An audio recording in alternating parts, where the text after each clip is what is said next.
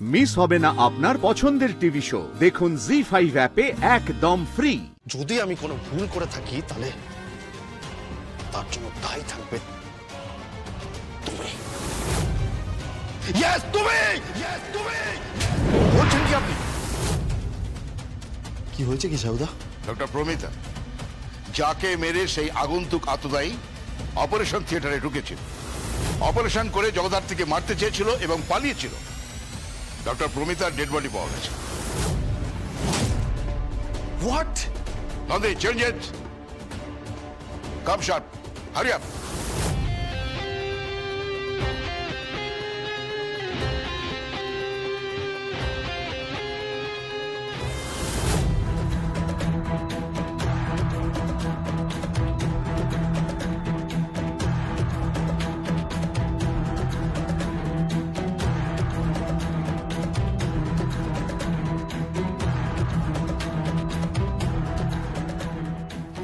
আচ্ছা, এই বেডে কোনো পেশেন্ট ছিল?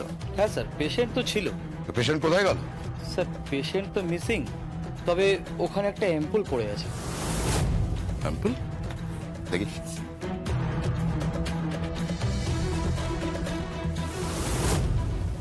নন্দী স্যার, এগুলোকে ফরেন্সিকে পাঠানোর ব্যবস্থা করো। Okay sir. Pratima, yes sir. বলছি এই পেশেন্টের ডিটেলস আমার চাই। Okay sir. চিরঞ্জিত, আপনি আসুন। পুরো হসপিটালটাকে ঘিরে ফেলতে বলো।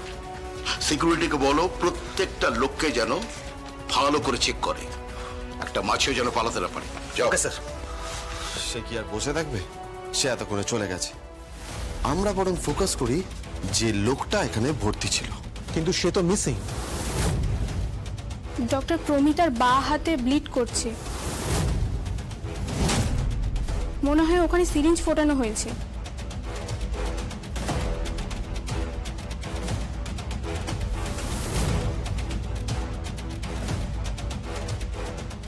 বাঁ হাতে? তাহলে সম্ভাবনা হচ্ছে পেশেন্ট যদি ডান হাত দিয়ে ওনাকে হিট করার চেষ্টা করে বা সিরিঞ্জ দিয়ে যদি ওনাকে ইনজেক্ট করার চেষ্টা করে তাহলে বাঁ হাতে করবে। কিন্তু কিন্তু ডক্টর ওনাকে ইনজেক্ট করতে কেন দেবে? মানে সিরিঞ্জটা কেন ওনাকে ফোটাতে দেবে? তার মানে ডক্টরের সেই সময় সেন্স ছিল না, আর সেন্স যাওয়ার জন্যই ওনাকে পেছন থেকে কেউ এসে কোনোভাবে। রাইট সাউদা, মনে হচ্ছে অঙ্কটা মিলছে। কিন্তু আসল অঙ্কটা তো মিলছে না শম্ভু। এই ডক্টর প্রমিতাকে খুনটা করলো কে? আমার মনে হচ্ছে এসবের পেছনে একটা ষড়যন্ত্রের ছাপ। দেখো, প্রথমে জগদ্ধাত্রী, তারপর ডক্টর গুহ, ডক্টর প্রমিতা এবং ডক্টর প্রমিতার জায়গায় অন্য একজন শল্য চিকিৎসক। এই দুটো বিষয় কিন্তু খুব ইম্পর্টেন্ট। এক হচ্ছে ওই শল্য চিকিৎসক, মানে যে সার্জন, তাকে আমাদের দরকার। ইমিডিয়েটলি খোঁজ নিতে হবে যে এই শহরে কে কে মহিলা দক্ষ সার্জন আছে যারা এই ব্রেন সার্জারি করতে পারে।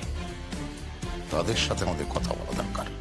আর 2 নম্বর হচ্ছে এই বেডের পেশেন্ট কে।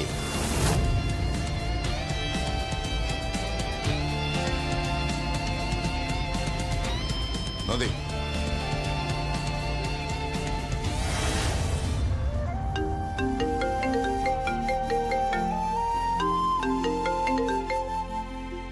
হ্যালো বর্তি, একটা খারাপ খবর আছে।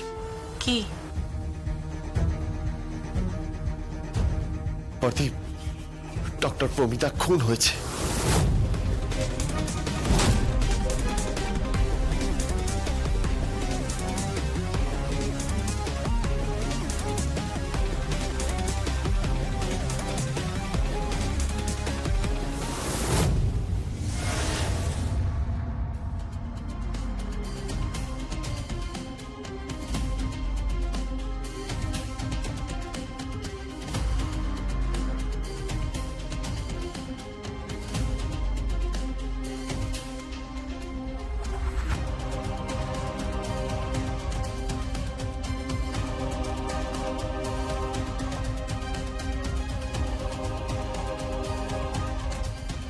কত যত্ন করে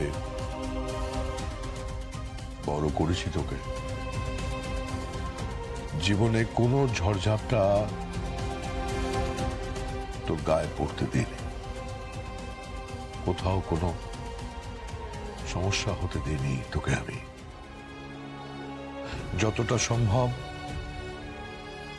তোকে আমি প্যাম্পার করেছি, তোকে তোকে আমি আদর করে আদর দিয়ে বড় করেছি। তোর মা আর আমি, তুই যখন ছোট ছিলি তুই অন্তঃপ্রাণ ছিল, উৎসব অন্তঃপ্রাণ ছিলাম। আর সেই ছেলে যখন বড় হলো তখন সে ক্রাইম শিখলো, ক্রাইম করতে শিখলো, কুসঙ্গে পড়লো, উদ্ধত হয়ে গেল, দুর্বিনীত হয়ে গেল। জীবনের ছোটখাটো নিয়মগুলো যেগুলো জীবনকে ভালো রাখে, যেগুলো জীবনকে সুস্থ রাখে, সেগুলোকে অবহেলা করতে শিখলো, সেগুলোকে অবজ্ঞা করতে শিখলো, সেগুলোকে উপেক্ষা করতে শিখলো। সে অপরাধে এতটাই হাত পাকালো যে তাকে জেলে থাকতে হলো। আর তাকে জেল থেকে ছাড়িয়ে আনলো কি? তার বাবা রাজনাথ মুখার্জি। আর তারপর সেই ছেলে বেনারসে গেল তার স্ত্রীর সাথে। তার টার্গেট ছিল কি না তার দাদাকে খুন করা। প্লিজ ড্যাড, প্লিজ, তুমি বারবার করে আমার দিকে এভাবে আঙুল তুলবে না, বুঝতে পেরেছো? বারবার করে তুমি আমার দিকে এভাবে আঙুল তুলবে না।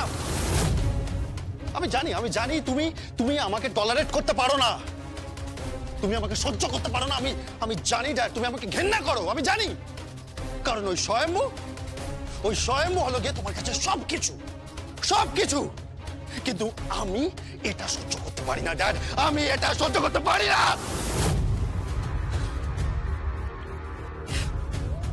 ড্যাড, তোমাকে বারবার ভালোবাসতে চেয়েছি ড্যাড, তোমাকে আমি বারবার ভালোবাসতে চেয়েছি ড্যাড, কিন্তু ভালোবাসতে পারিনি ড্যাড। কেন জানো?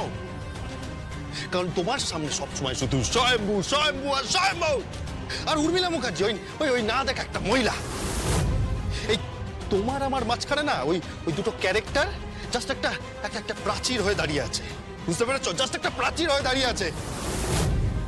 আর এই অবস্থায় যদি আমি কোনো ক্রাইম করি না ড্যাড, যদি আমি কোনো ভুল করে থাকি, তাহলে তার জন্য দায়ী থাকবে তুমি। ইয়েস, তুমি। জি5 ডাউনলোড করুন আর সব এপিসোড দেখুন একদম ফ্রি।